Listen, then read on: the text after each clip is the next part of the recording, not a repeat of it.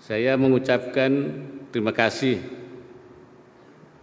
pada seluruh pengurus IPPNU atas undangannya untuk menghadiri acara dan sekaligus membuka acara ini. Saya memandang bahwa tema Rapat Kerja Nasional ini yaitu Santri Goes Beyond Digital Society sejalan dengan harapan saya agar kemampuan dan kualitas pelajar dan santri harus lebih ditingkatkan melalui penguasaan teknologi. Revolusi industri 4.0 dan era transformasi digital membawa perubahan besar atau disrupsi dalam tatanan masyarakat yang melanda semua sektor sosial, budaya, dan ekonomi. Organisasi IPPNU yang berdiri sejak tahun 1955 ini tetap konsisten dalam melakukan pembinaan dan pengkaderan terhadap semua remaja putri Nahdlatul Ulama yang masih duduk di bangku sekolah, madrasah, tingkat menengah dan tingkat atas, serta santri putra-putri yang statusnya sekolah madrasah, dan diharapkan IPPNU juga meningkatkan kemampuan santri di dalam penguasaan teknologi digital. Rapat Kerja Nasional IPPNU ini perlu didorong agar membentuk pelajar dan santri yang dinamis, kreatif, dan inovatif. Menemukan strategi pencegahan ekstremisme pada pelajar dan santri, pemberdayaan ekonomi santri dan pelajar melalui semangat berwirausaha, dan penekanan agar santri dan pelajar benar-benar memahami tren digital saat ini. Saya berpandangan bahwa era digital sekarang ini harus kita pahami dan kuasai agar tidak terbawa ke arus yang melanda kemudaratan diri masyarakat dan negara pada umumnya. Saya mengharapkan pada santri dan pelajar IPPNU agar mampu menciptakan kemandirian umat melalui para santri, masyarakat, dan pondok pesantren itu sendiri, agar mampu mandiri secara ekonomi, sosial, dan juga memacu pengembangan skill, teknologi, produksi, distribusi, pemasaran melalui sebuah pendekatan inovatif dan strategis. Untuk itu melalui kesempatan ini saya ingin mendorong agar para santri dan pelajar ikut berkontribusi positif bagi pertumbuhan ekonomi khususnya di sekolah dan pesantren agar turut serta menurunkan angka kemiskinan dan meningkatkan angka indeks pembangunan manusia IPM, di mana sejak dini santri dan pelajar diajarkan untuk berwirausaha.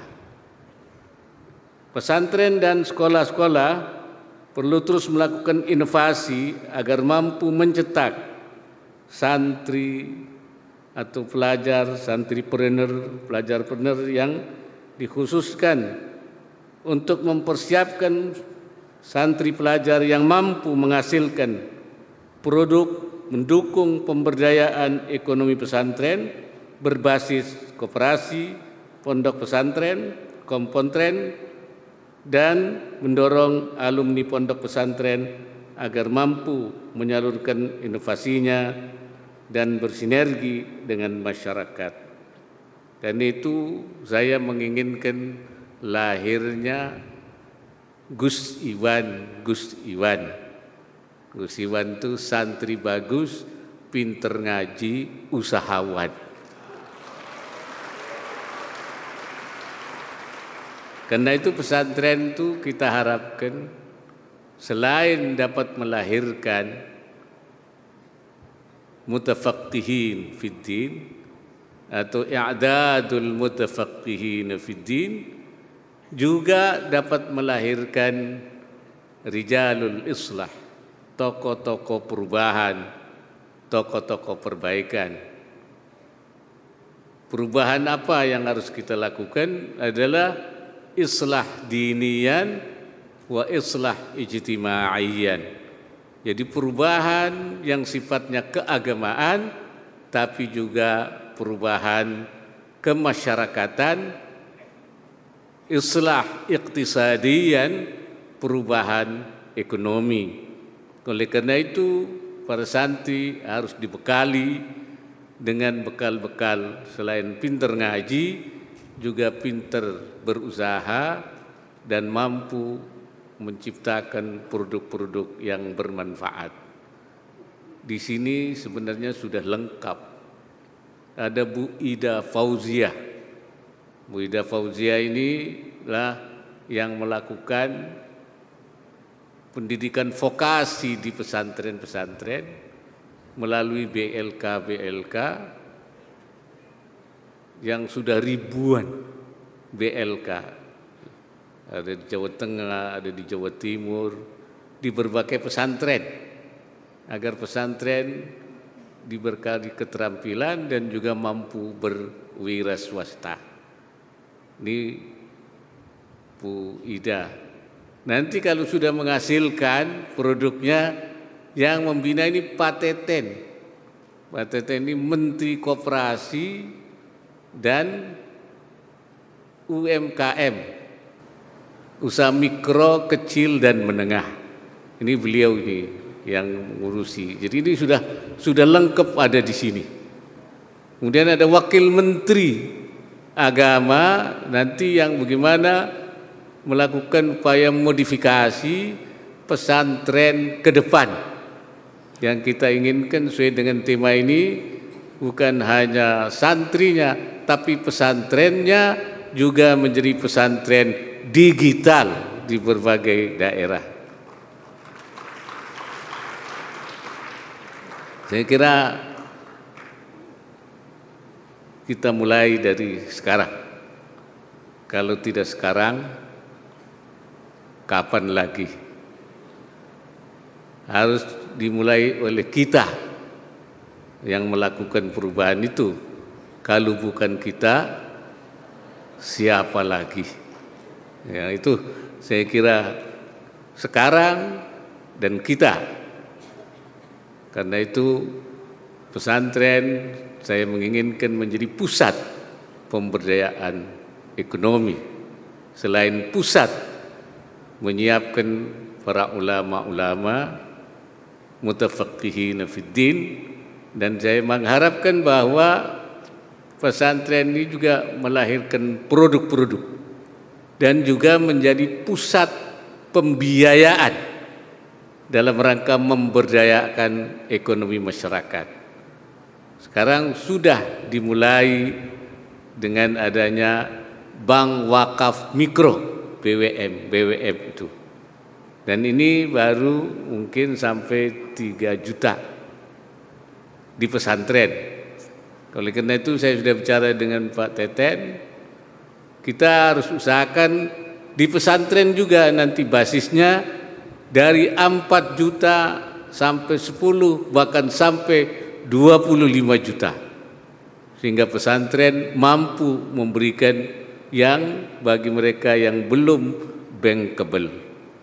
Kalau sudah 25 juta, maka yang akan dihadirkan yaitu bank-bank komersial, terutama bank-bank syariah yang akan bekerja sama dengan pesantren-pesantren untuk membiayai. Jadi dari mikro, kecil sampai menengah itu pesantren bisa menjadi pusat pembiayaan dalam rangka pemberdayaan masyarakat.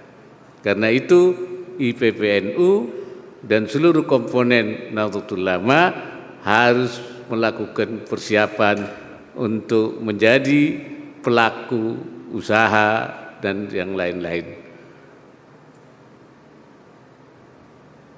Dari berbagai perusahaan seperti e-commerce, saya tidak sebut satu-satu, tapi sudah beberapa sudah siap ketika bertemu dengan saya akan membantu pengembangan ekonomi pesantren untuk melakukan pemasaran dan juga memberikan saran untuk peningkatan kualitas produksi yang ada di kalangan pesantren.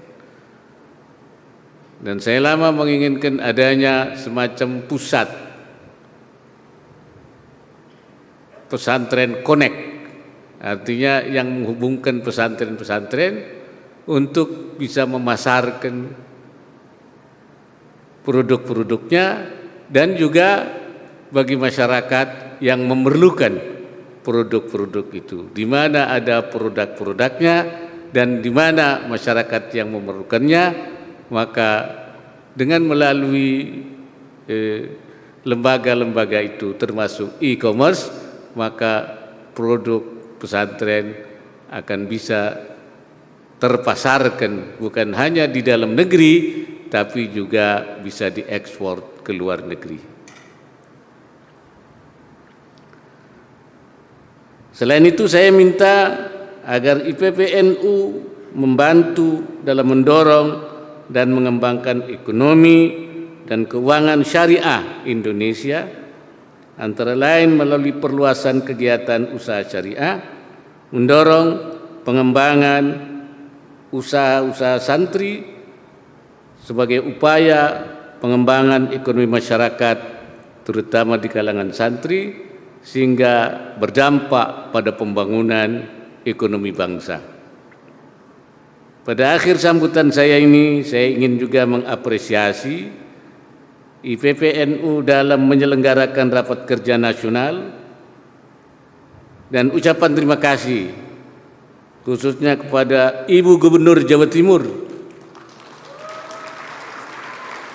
yang telah mencanangkan Nawa Bakti Satya, 9 janji kerja, di antaranya program One Pesantren, One Product, OPOP.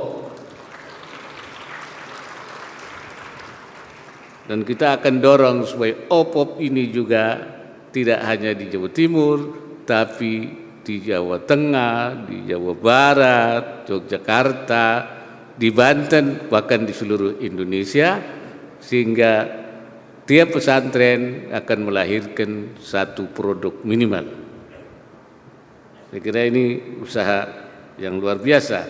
Saya mengharapkan agar rapat kerja nasional ini dapat merumuskan inisiatif strategis program kerja Ikatan Pelajar Putri NU ke depan, serta program-program yang telah dicanangkan berjalan dengan baik dan bersinergi dalam membangun kemajuan dan peradaban bangsa Indonesia. Seniornya sudah mulai nampak. Bu Ida sudah jadi menteri, Pak Zainul sudah jadi wakil menteri, Bu Khofifah pernah jadi menteri, sekarang jadi gubernur. Bu Khofifah ini menteri sudah, sekarang gubernur. Saya tidak tahu besok mau jadi apa lagi beliau ini. Dan banyak seniornya. Ibu Bupati ini sudah jadi bupati. Oleh karena itu saya berharap nanti akan lahir menteri, gubernur, bupati, wali kota dari IPPNU dan IPNU.